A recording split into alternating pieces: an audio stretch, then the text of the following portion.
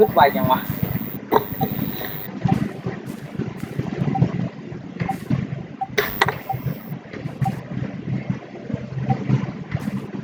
ซื้อของมันวิ่งไม่ได้ถ้าวิ่งได้นะ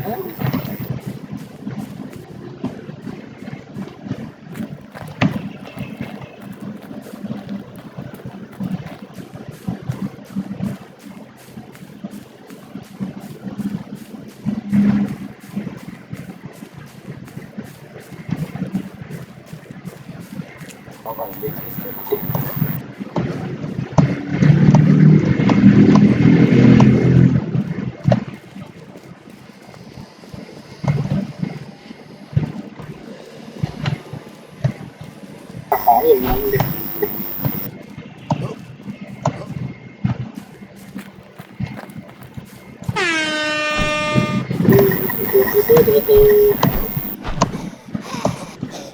แต่ว่าไหนเติมนี้ไม่ทำปวดตาไม่อยากเล่นตอนกลางคืนข้างๆมันไม่ทำเป็นสีดำมืดไปอ่ะทำเป็นแบบ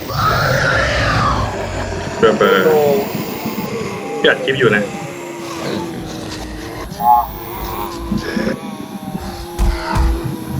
น่าเสีย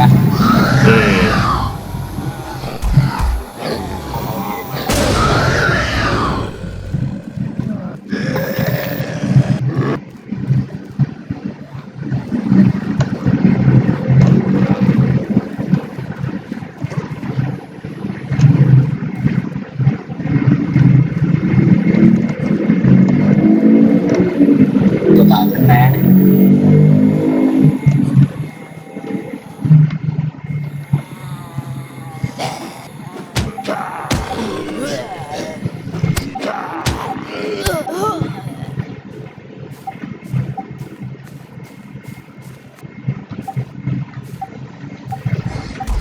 ตัว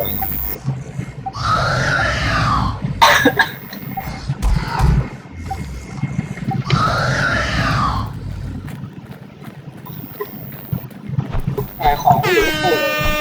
เดี๋ยวดีขึ้นรถไง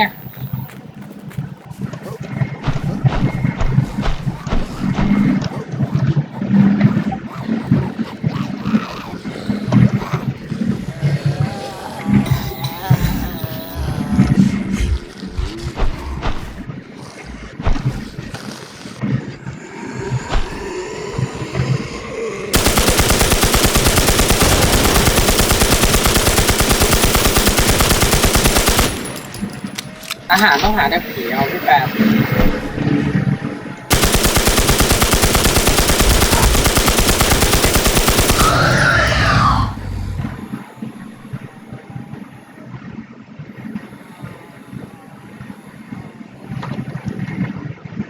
เอ้า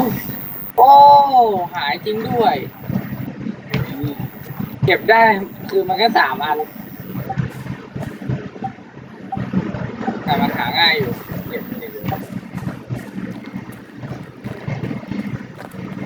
เก็บได้เลยจบแล้วก็เลยหายมากินหายไปนิดหน่อย